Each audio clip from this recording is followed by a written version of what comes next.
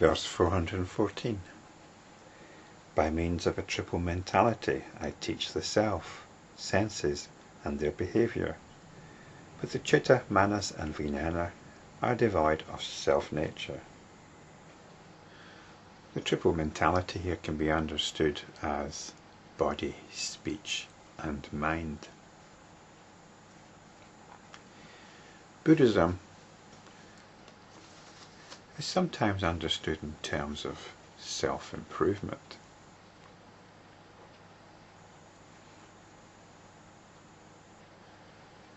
Buddhism gives lots of teachings on how to change your behaviour, and there are lots of meditation practices which help with working on your mind, and this should surely help you become a better person.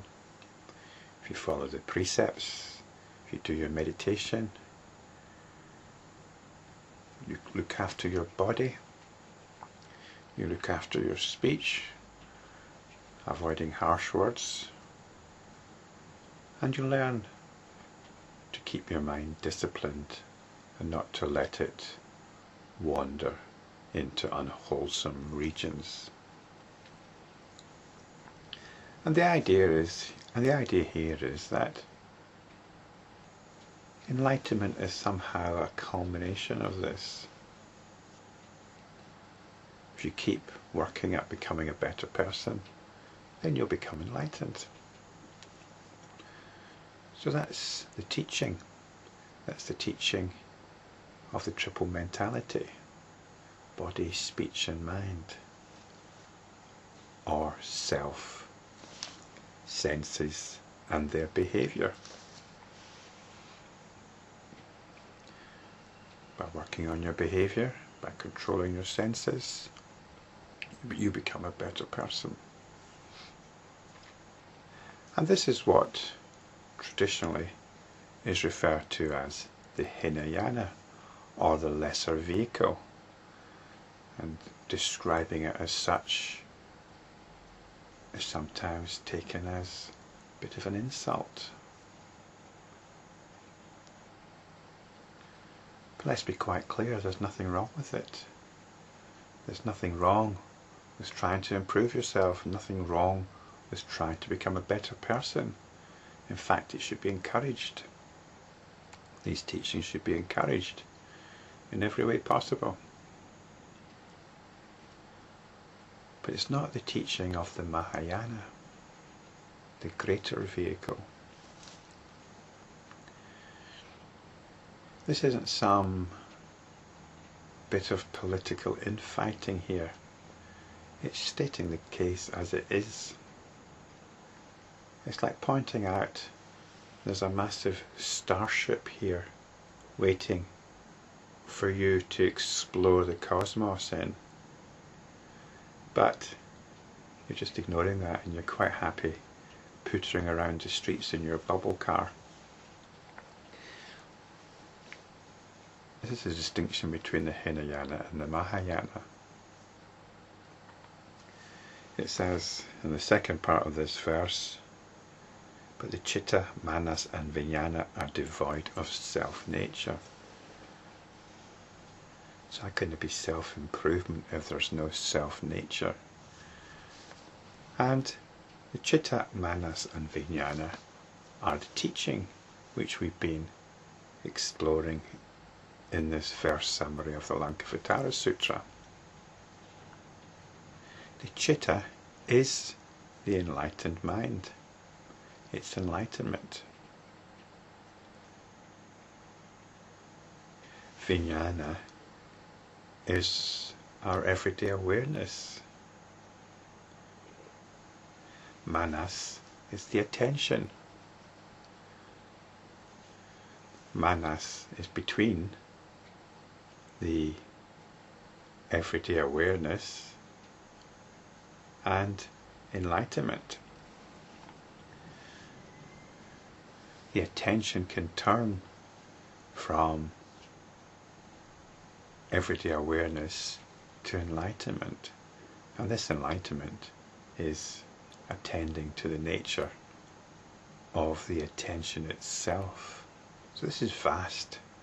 This is vast, because the attention itself, awareness itself, is what holds all universes.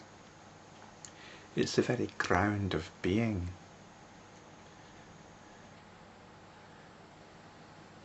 So this is what the Mahayana points us to.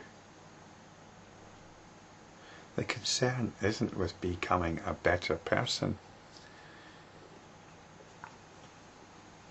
although that is often a side effect of the process. That's often a side effect of enlightenment practice, because there's no investment in any ego, any self, any body.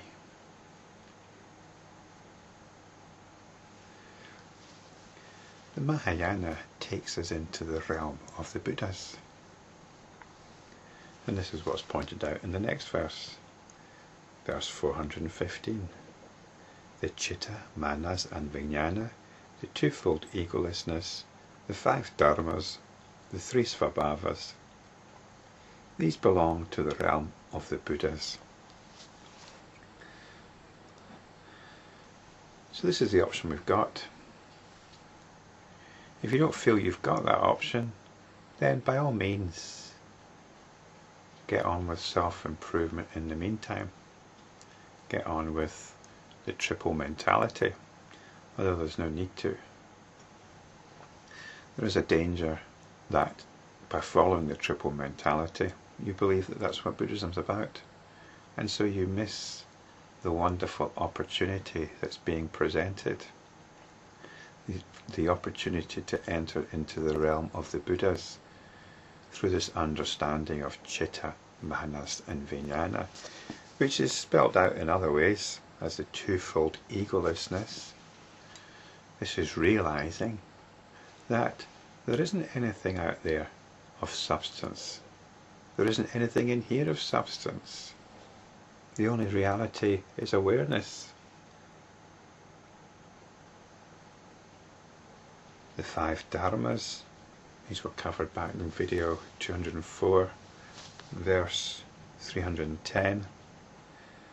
The twofold egolessness, the 5 Dharmas, the 3 Svabhavas are different ways of describing enlightenment practice, which have been covered in detail in the past. And they begin really by giving up any notion of self whatsoever.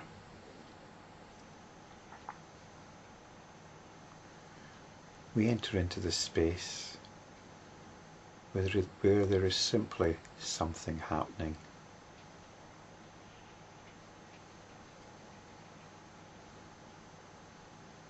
And within that space, we simply get on with whatever we have to get on with.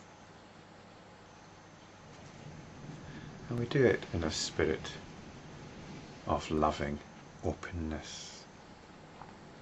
This is the realm of the Buddhas. It's also the way of the Bodhisattva.